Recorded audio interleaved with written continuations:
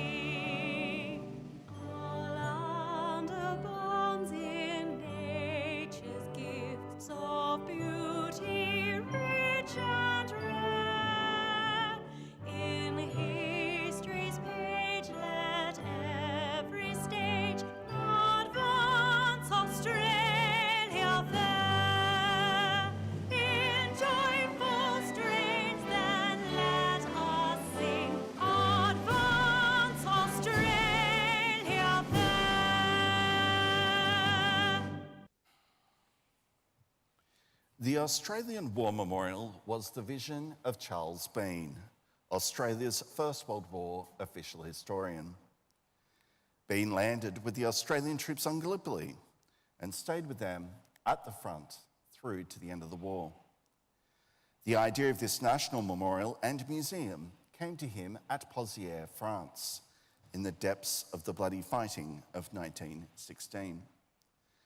Bean's idea was that this would be a place where families and friends could mourn their loved ones buried in faraway places.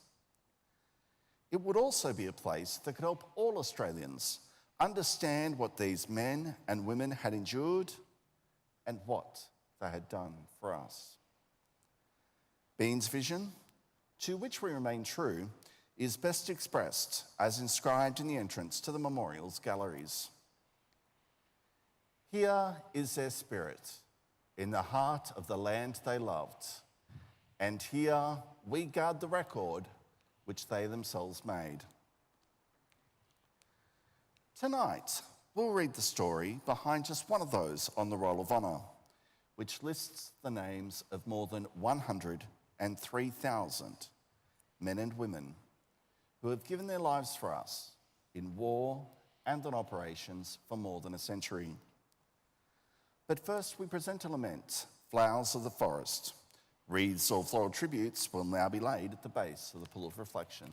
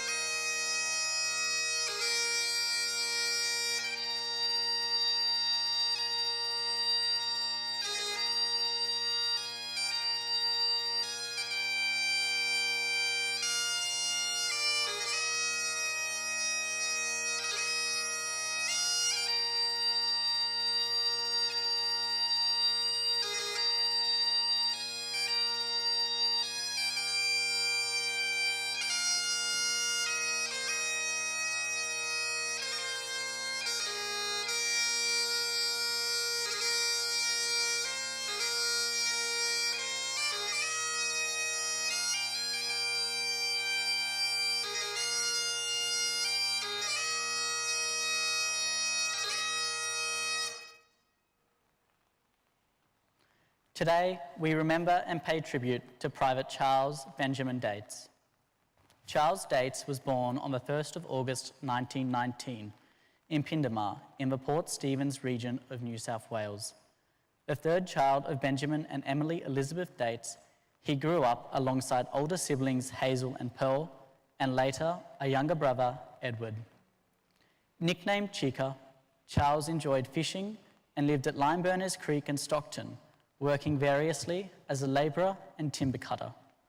By the outbreak of the Second World War, Dates was living in Sydney, where he worked as a wood turner for Roselle Wood Producers. In January 1939, Charles Dates voluntarily enlisted in the Australian Military Forces and was allotted to 2nd Division Signals in Sydney. After the outbreak of war in September, he was called up for 30 days, but transferred to the reserve in late January 1940. Joining the Australian Imperial Force in April 1941, Dates was assigned to a training battalion at Dubbo and 5 months later embarked for overseas service. Arriving in the Middle East in late November, Charles was soon admitted to hospital suffering pneumonia. After a month's recovery, he joined another training battalion before being sent to his new unit. The 2nd Battalion had been raised in Sydney in October 1939. The battalion had first seen action in Libya, participating in the capture of Bardia and Tobruk in January 1941. The battalion was still in Tobruk when Private Charles Dates joined in late February. Deploying to Greece in March, the Allied Expeditionary Force was soon in headlong retreat before a powerful German force invading from the north. At Pineos Gorge, the 2nd Battalion held up the enemy advance, permitting the withdrawal of Allied forces further south. It held its ground until overwhelmed by vastly superior German forces. Some parties from the battalion managed to rejoin the main withdrawal south and were evacuated by the Allied navies, while others made their escape through the Greek islands. A group of 189 members of the 2nd fought with the 16th Brigade Composite Battalion on Crete. After being rebuilt in Palestine, the 2nd manned defences in northern Syria between October 1941 and January 1942. The battalion left in the Middle East in March 1942. After a 4-month stay on Ceylon, today's Sri Lanka, the men arrived back in Australia in early August. On the way home, Dates wrote poetry, including the lines, "We'll be leaving the desert forever, start work for a living again, for I know in my heart that I'll never leave dear old Aussie again." Like his comrades, Charles had signed an oath to serve for the duration of the war plus 12 months. Sentiments aside, he would be leaving Australia's shores again and soon. Sent to Papua in mid-September 1942, the 2nd was assigned to defend Koitaki Plantation and patrol the nearby tracks. Japanese forces were still advancing and had reached Urabiwa not far to the north. But when the battalion was called forward, the enemy was in retreat. They moved out on the 4th of October over a metre ridge onto Urabiwa, then to Nauru, as Australian troops ahead pushed the enemy back along the Kokoda Trail. By the 18th of October, the 2nd had reached Templeton's Crossing, where it would relieve the exhausted 2nd 33rd Battalion. The relief did not go as planned, and the Australians were forced to fend off Japanese counterattacks. The 2nd launched a series of fierce attacks beginning on the morning of the 20th of October. Its task was to attack Japanese positions on a spur and secure the Australian right flank. Fighting throughout much of the day, the men managed to gain ground and outflank the enemy before being pinned down. Unable to dislodge the Japanese before darkness fell, the Australians pulled back. The 2nd Battalion had suffered heavy casualties that day, including 23 killed in action. Among them was Private Charles Dates. He was 23 years old. Private Dates was initially buried in Effigy War Cemetery before later being moved to Templeton's Crossing War Cemetery. Finally, his remains were reinterred in Bumana War Cemetery in Port Moresby. At the time, Papua was a mandated territory of Australia, so in a sense, Charles Dates never did leave dear old Aussie again, but he lay far from home. Dates' name is listed on the Roll of Honour to my left among nearly 40,000 Australians who died while serving in the Second World War. His photograph is displayed today beside the pool of reflection. This is but one of the many stories of service and sacrifice told here at the Australian War Memorial. We now remember Private Charles Benjamin Dates, who gave his life for us, for our freedoms, and in the hope of a better world.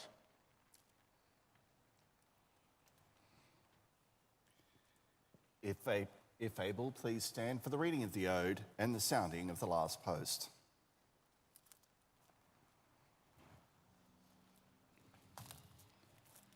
They shall grow not old, as we that are left grow old. Age shall not weary them, nor the years condemn. At the going down of the sun, and in the morning, we will remember them.